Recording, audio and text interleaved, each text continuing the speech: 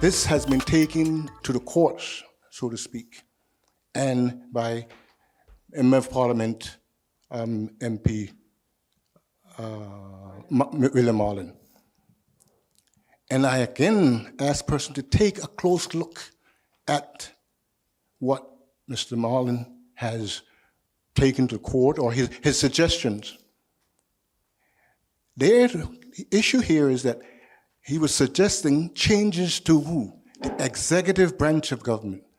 It's not a problem, an executive branch of problem. He wanted to change the Constitution. The Constitution does not need to be changed. You need to follow the Constitution. And when you suggested making changes to the Constitution or changes to the executive branch of government, that is null and void. Because the problem is what? With the executive branch of government. The legislative branch of government, not the executive branch. So why would you want to change the executive branch? And the persons declaring themselves what? Independent. They can declare themselves as an independent member of parliament. Nowhere in the Constitution does it talk about independent members of parliament or alludes to it. So I think what we do, we need to understand our system and follow the rules and regulations. Like anything else, playing a game of ball, if you don't follow rules and regulations, there's nothing going to happen. Mr. Rumley stated things that are actually not totally correct. I want to put it all, though, in the right perspective. How did it start? When we had a change in government, so a change in parliament, one government was sent home, and then the formateur, the one who forms the government, would get an assignment from the governor. And one of the points in the assignment was to come up with legislation to stem the ship jumping. Personally, my take had always been, we are a very young democracy.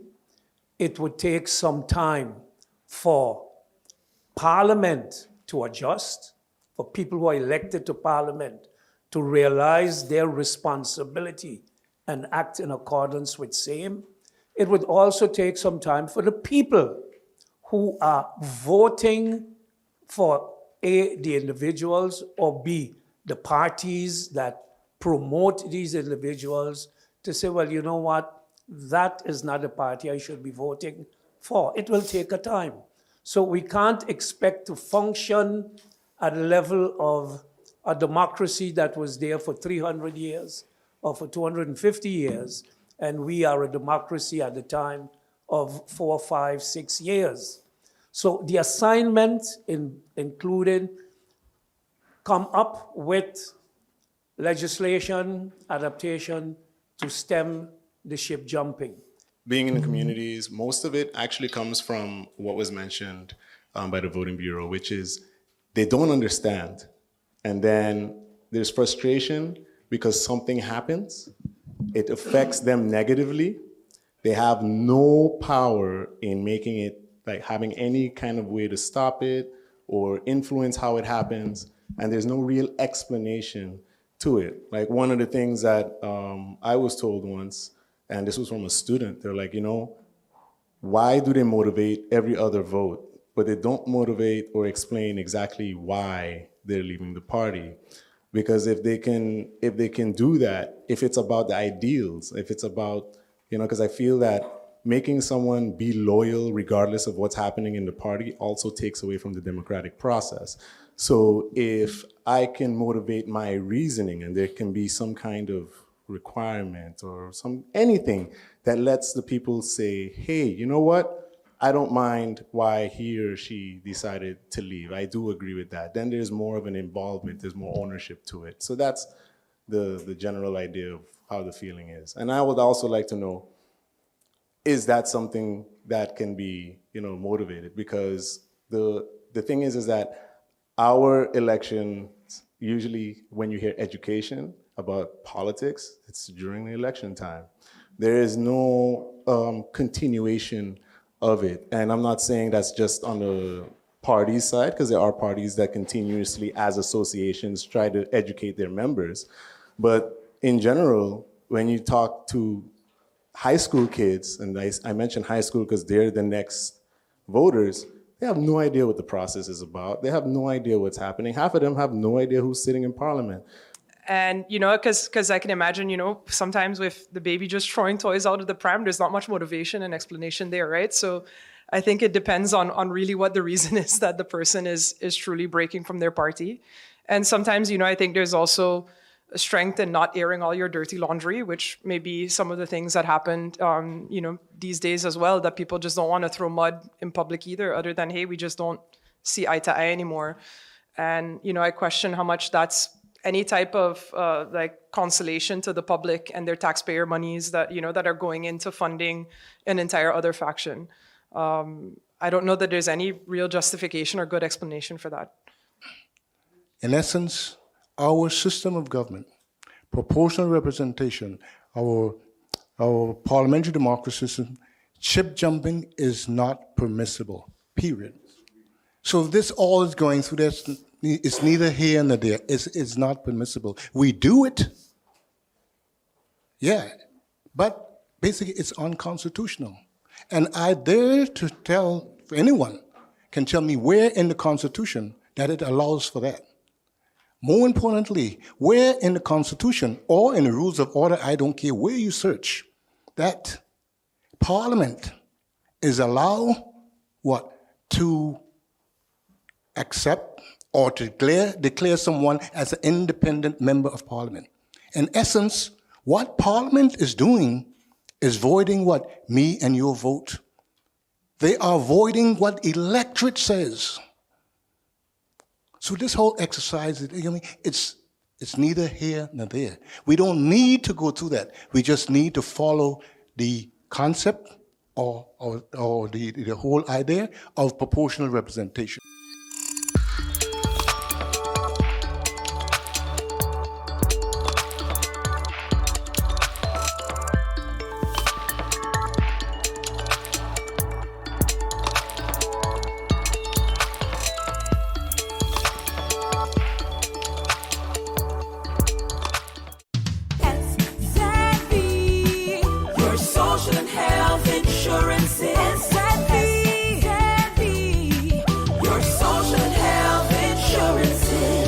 Are you Asset V insured? Do you have a valid medical insurance status? Asset V is cardless. Request your My Asset V account today and enter the virtual office of Asset V. Go to assetv.sx and sign up now. Asset V, yeah. Your social and health insurances.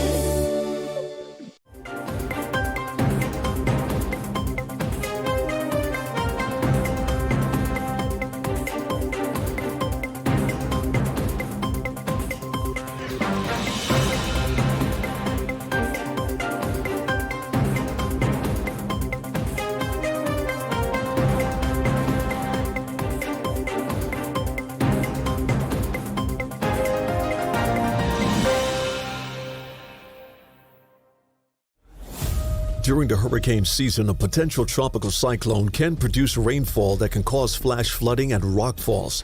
Stay away from flood-prone areas during heavy rainfall, such as Jump Up Casino on Emma Plain Road in Phillipsburg, ATLH Road Roundabout, L.B. Scott Road from Emilio Wilson Park until Cake House Supermarket, Zaker's Gut from Petro Plus gas station until the Seventh-day Adventist Church, Welcalaken Road Hill from Welcalaken Road Roundabout until the Wantete Loke Roundabout, Beacon Hill Road from Sunset Bar and Grill until the beginning of White Sands Road, and Rhine Road, also known as Mullet Bay Road, after Sonesto Maho Beach Hotel to the entrance of Cooper Coy from the intersection of the University Drive until the intersection of Rio Grande. For more information on how you can keep yourself and your family safe this hurricane season, visit stmartingolf.org/hurricane. This public service announcement is brought to you by the government of St. Martin.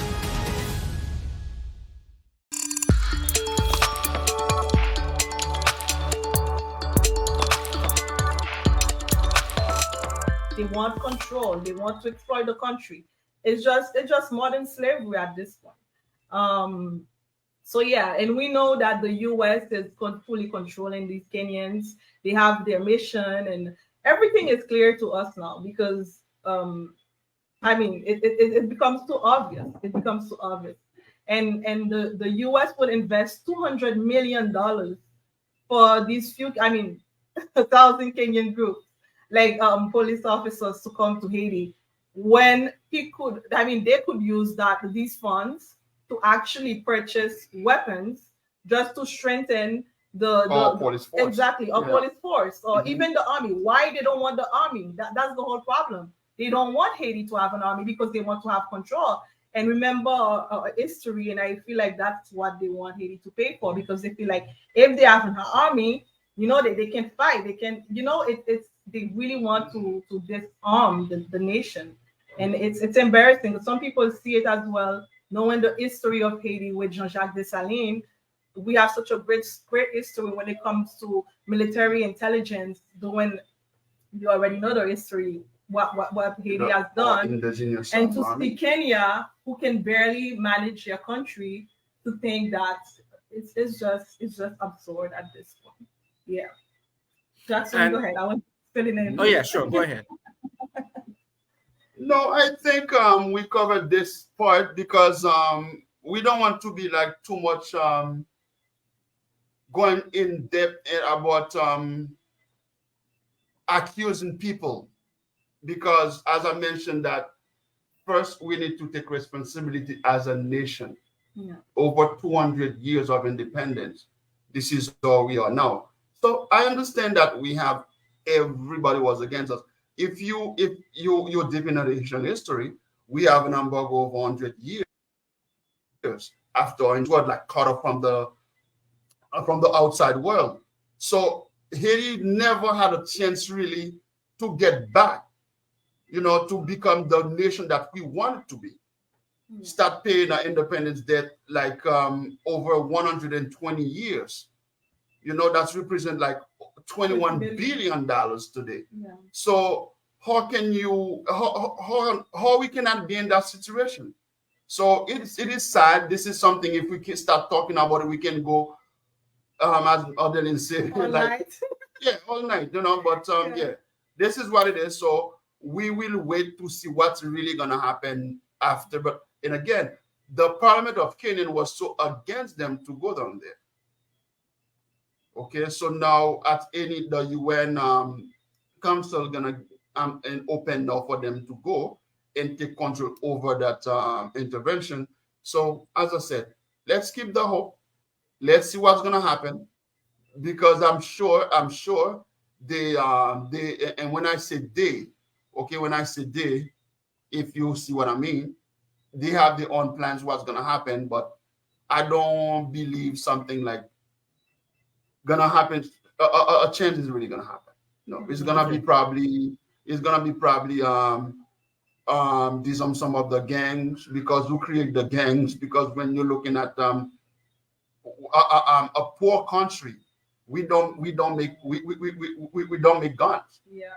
Okay, if you look the next door, Dominican Republic, we buying food from them, eggs. So you buying eggs and you make weapons. It's nonsense. But as I said, we will see what's gonna happen. Well,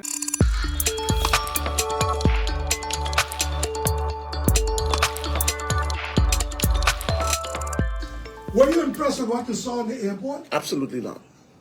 You were not impressed? Absolutely not. For is a new arrival hall, you know. Well, I can't arrival. say a new arrival hall, but a new pathway to the arrival hall. So it's not where it used to be before. It's more shifted on the outside, and they build a makeshift building. Now the makeshift building itself it's pretty okay. It's more cooler and everything now than what it was before. But I took pictures of it too. Also, I took pictures of it to see, so people can see what it looks like. I mean, if I am 5'8", if I was 6 feet, I would have been knocking my head. Okay, they knock up some board, they put some concrete in the ground with some 4x4, and they make a walkway towards it.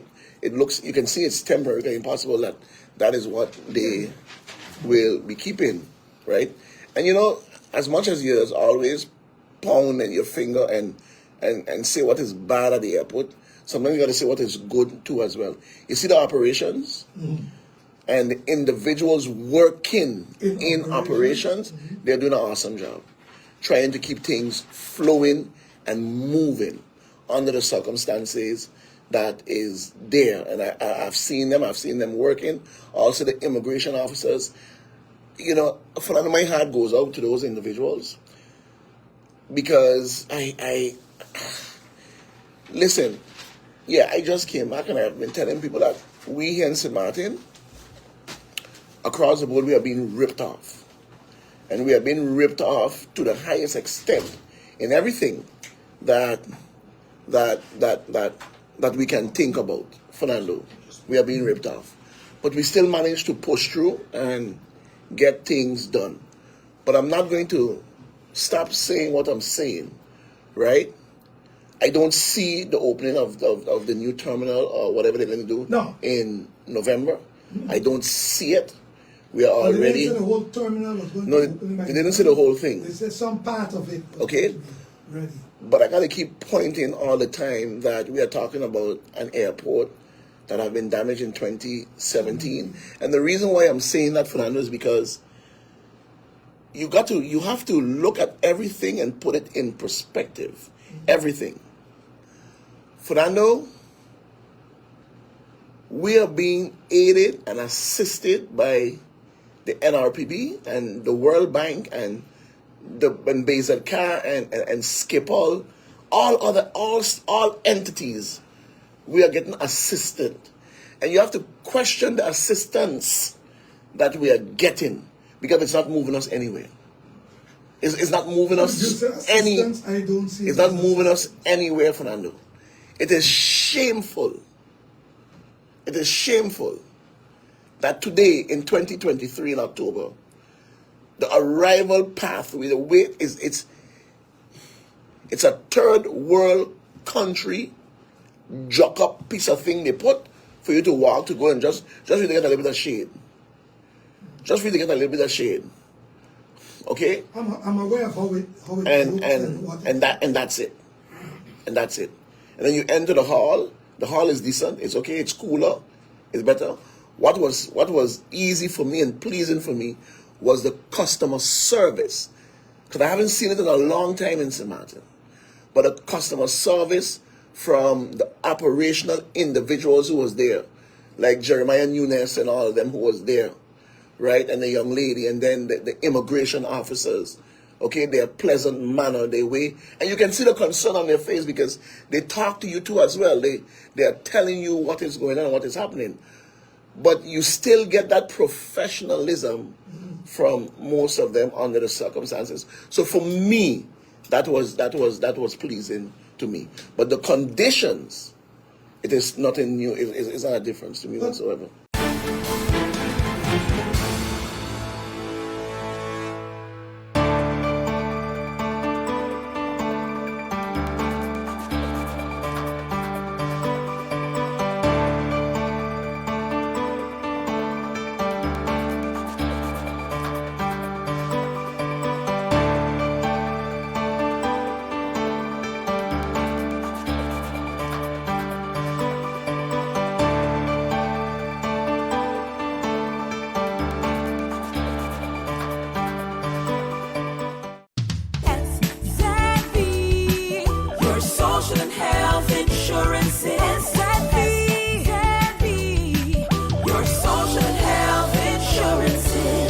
Are you SXV insured? Do you have a valid medical insurance status? SXV is cardless. Request your My SXV account today and enter the virtual office of SXV. Go to sxv.sx and sign up now. SXV, yeah. Your social and health insurances. It's hurricane season. Are you prepared? Here are a few tips to keep in mind to help keep you and your family safe. The Atlantic hurricane season runs from June 1st to November 30th, with the peak occurring between mid-August and late October. This hurricane season, be sure to put together a go bag. A disaster supply kit including a flashlight, batteries, cash, first aid and supplies, medications, and copies of your critical information if you need to evacuate. This public service announcement was brought to you by the government of St. Martin.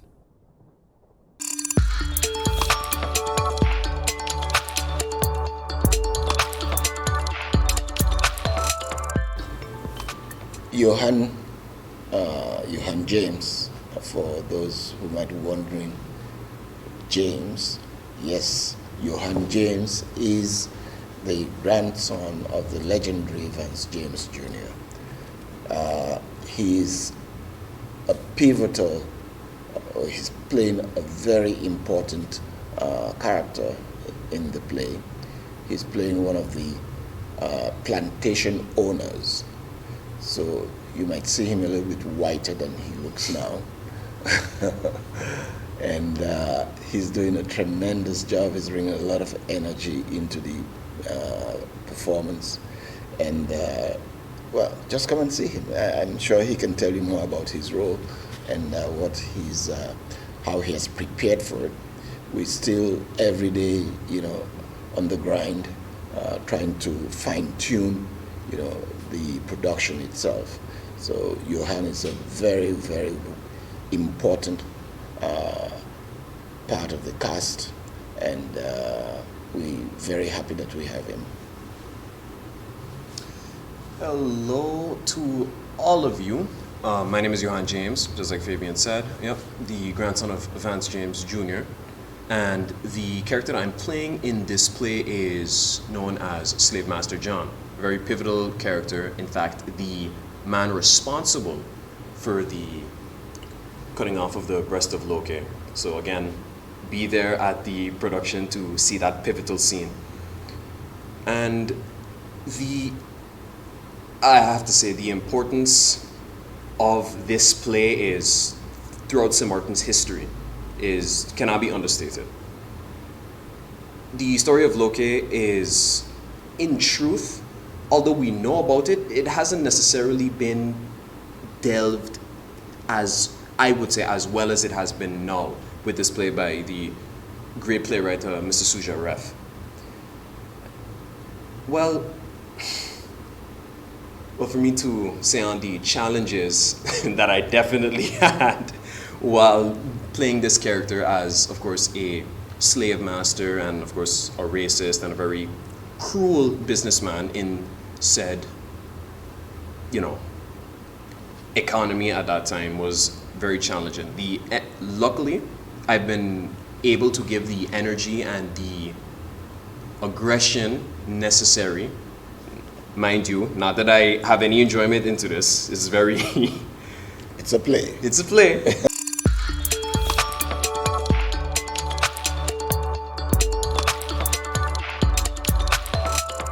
The beaming faces of the latest UE graduates lit up the campus amidst the day's gloomy weather conditions.